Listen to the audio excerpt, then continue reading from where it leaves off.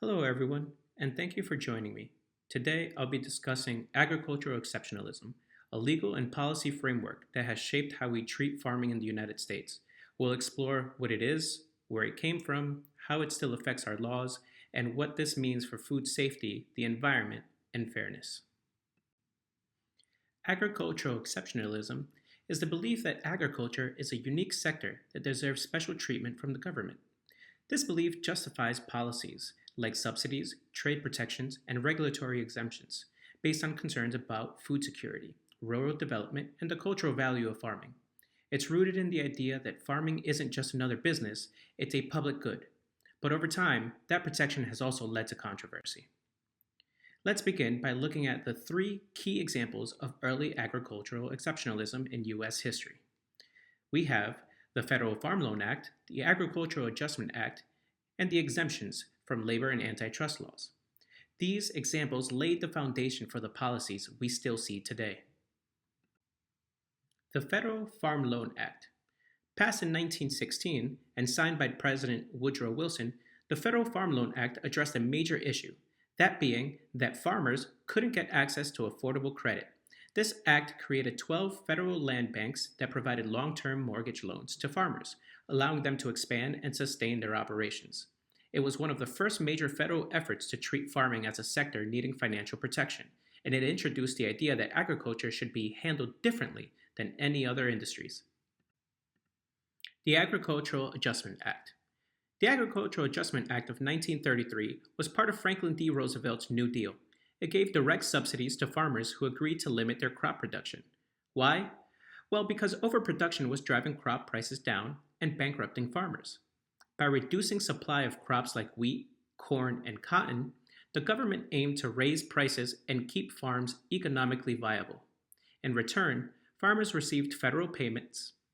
This marked a significant shift toward market intervention, one that helped stabilize farming but also made it reliant on government support. Two major laws reflected how agricultural exceptionalism began to show up in labor and competition policy. First, the Capper-Volstead Act of 1922 allowed farmers to form cooperatives and negotiate prices collectively, something that would normally be illegal under antitrust laws. This gave them more bargaining power in the marketplace. Second, and more impactful in the long term, was the Fair Labor Standards Act of 1938. This law created minimum wage, overtime pay, and child labor protections for most American workers, but excluded most agricultural workers. This exclusion was based on political compromises made during the New Deal to appease Southern lawmakers. This shows how agricultural exceptionalism has long been tied to labor inequality and powerful lobbying interests. Now, let's look at three major ways agricultural exceptionalism shows up today: environmental regulation exemptions, labor law exceptions, and the right to farm laws. These examples reveal how farming continues to be regulated differently, even when its practices have large-scale effects on people and the planet. Environmental regulation exemptions. Let's start with the Clean Water Act. This law regulates point source pollution, meaning pollution that comes from a specific pipe or discharge, but it exempts most non-point source pollution, like agricultural runoff from rainwater. This runoff can carry pesticides, fertilizers, and animal waste into waterways, but it is often not regulated or permitted. Now, the Clean Air Act. Large-scale livestock farms known as CAFOs, or concentrated animal feeding operations, release methane, ammonia, and other harmful gases. But these emissions are also often exempt from regulation under the Clean Air Act, which treats them as part of normal farming practices. So while these farms can impact air and water quality just like industrial factories would, they're often not held to the same standards. Labor law exceptions. Agricultural workers remain one of the least protected labor groups in the U.S. They are still excluded from overtime pay requirements, full child labor protections, and in some cases, even minimum wage. Children as young as 12 can work in the fields. Some work long hours in extreme conditions. These exceptions are still defended using the logic of agricultural exceptionalism, even as farms become more industrialized. It raises real questions about equity, worker safety, and the moral cost of cheap food. Right to farm laws. Every state in the US has some version of a right to farm law. These laws protect farmers from being sued by neighbors over things like odor, dust, or noise, even if the farm expands or changes its operations. While originally meant to protect small farmers, today these laws are often used to shield large scale operations from community complaints, even in areas where suburban development is creeping in. It's another example of how the law treats agriculture as exempt from typical standards of accountability. Agricultural exceptionalism within food and animal safety. Now, let's explore two key ways agricultural exceptionalism affects food and animal safety. Through exemptions under the Food Safety Modernization Act, also known as FSMA, and through the Ag-Gag laws. FSMA exemptions. FSMA was passed in 2011 to modernize U.S. food safety laws, but even this sweeping legislation exempts certain types of farms.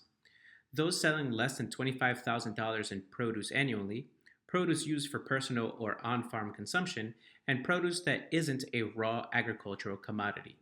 These exceptions are based on size and use, but they also mean that food producers are regulated far less strictly than others, even when public health could be at stake. Ag-Gag laws. Ag-Gag laws make it illegal to photograph or record inside agricultural facilities without permission. They're framed as protecting farmer privacy and preventing unauthorized investigations. But critics argue that these laws reduce transparency, especially around animal cruelty, unsafe food handling, or worker abuses. In effect, Ag-Gag laws prevent the public from seeing what happens inside the facilities where much of our food is produced. With all of this, one must ask, are there pros of agricultural exceptionalism? And to be fair, agricultural exceptionalism does have benefits. It helps protect farmers from market instability, natural disasters, and global price wavering. It supports national food security, ensuring we can grow food domestically, even during supply chain disruptions. And it allows agencies like the USDA and FDA to fund inspections and enforce certain standards, especially when food safety is prioritized. Of course, while there are pros, there are also real downsides. Other industries don't get this level of subsidy or legal protection. Environmental impacts, especially from water and air pollution, often go unaddressed. And most of the financial benefits today go to large corporate farms, not small family farms. Additionally, agricultural exceptionalism can prop up outdated or inefficient practices on the public's dime. It creates inconsistent food safety enforcement, especially between small and large producers. And these ag-gag laws and regulatory exemptions limit public oversight, making it harder to hold the industry accountable for unsafe or unethical practices. Now that we have covered agricultural exceptionalism within the US, let's briefly touch upon a topic of global interest. The Codex Alimentarius is a global collection of food safety and trade standards developed by the World Health Organization and Food and Agriculture Organization. It provides internationally agreed on benchmarks for labeling, contaminants, and production practices. The Codex and U.S. policy. The U.S. participates in Codex negotiations, but often selectively adopts its standards. If the Codex, for example, recommends stricter pesticide limits or more detailed food labeling, the U.S. may choose not to adopt them if they are seen as too strict or bad for American agribusiness.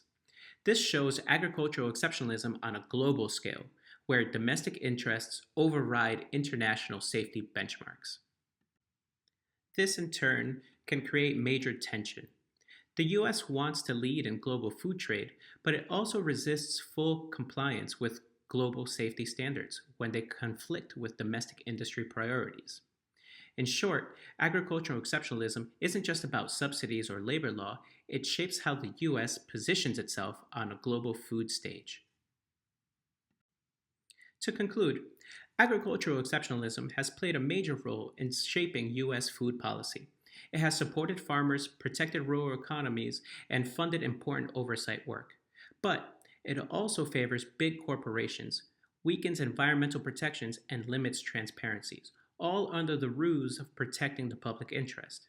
What started as a protection for small farmers has now become a safeguard for large agribusinesses, making it harder to reform the system in ways that meet today's demands for sustainability, equity, and accountability. Thank you all for listening.